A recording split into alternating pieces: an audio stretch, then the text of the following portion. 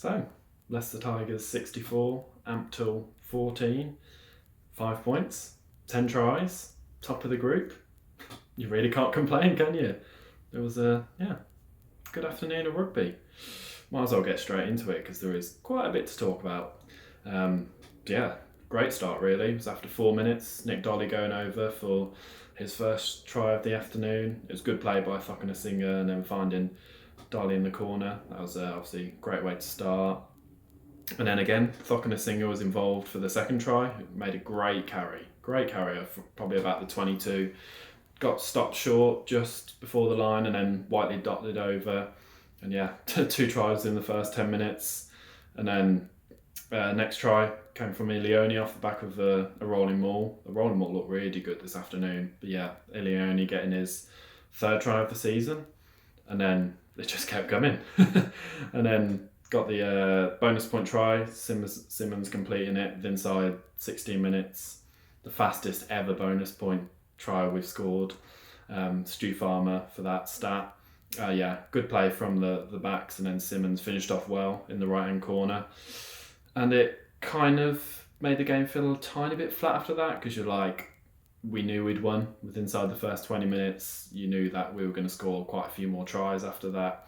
So maybe it did feel a bit flat, but Darley going over for 2 more tries before the break, just so good. The second especially.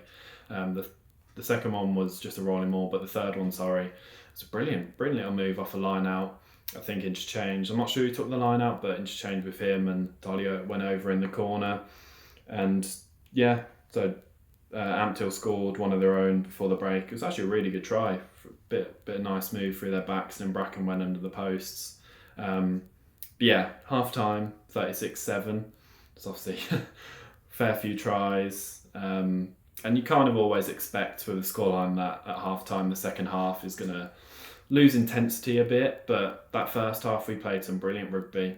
I know against Coldy we were a bit off against the weaker opposition, but I wouldn't say we were amazing. There were still a few mistakes, but it was a really good first 40 minutes, scored some great tries, and yeah, into the second half, quite surprisingly, Ampthill actually scored first.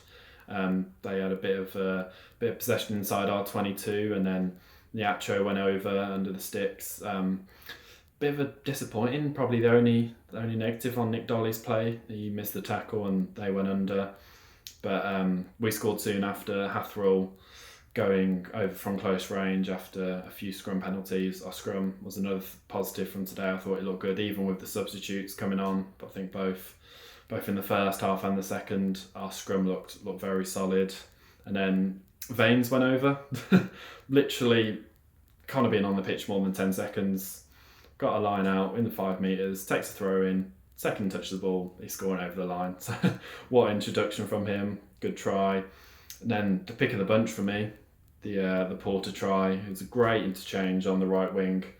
Finn Carnduff made a fabulous carry and then offloaded, I believe, to Edwards, and then there was another offload, couldn't quite see who it went to, but finally another offload, and then Porter went over in the corner. That's the rugby that we haven't seen recently. I know that's something that McKellar wants to bring in, a few more offloads. Maybe haven't seen it too much in the last couple of games, but yeah, that was an absolutely fabulous try. As I said, pick of the bunch. And then Van Veek finished it off, going over for a close range to make it 64-14. But yeah, obviously the opposition weren't brilliant. I'd probably say they weren't as good as Coldy. I thought Coldy showed a good account of themselves, but Ampthill didn't give up. But I thought we played some really good rugby. Like, we scored some really good tries. Our set piece was solid. Our discipline was pretty good. Don't think we conceded too many penalties. I think Dan McKellar will be super happy with that. Really will be. 5 points, 10 tries. He's not going to complain too much about that, working towards Bristol in a few weeks. Onto the standouts. Jamie Shieldcock, yet again, I thought he was superb. 7 from 10 off the tee. First half he played at fullback, and then second half when Wilkinson went off, he slotted into fly half. And yeah, I just thought he was absolutely brilliant. Attacking wise, he's a superb player. And I think there's a genuine question with Jamie Shieldcock. Does he start at 10 against Bristol in a few weeks' time? We've got Mike Brown, we know all about Mike Brown, he can slot into fullback. But for me, I think Jamie Shilcock has been the best of our three fly-half so far this season. I know he's been found at fullback a lot, but he's come into first receiver quite often, and he must have played a good 60 minutes across these few games at 10.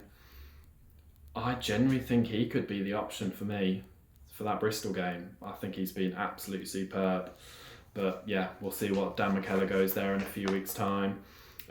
Phil Singer, I thought he was another standout. He just looks, I don't know what he's been eating over the summer, but he looks big, he looks lean, he looks fast. That the second try, his carry from there, he looked real speedy. I think he's been superb.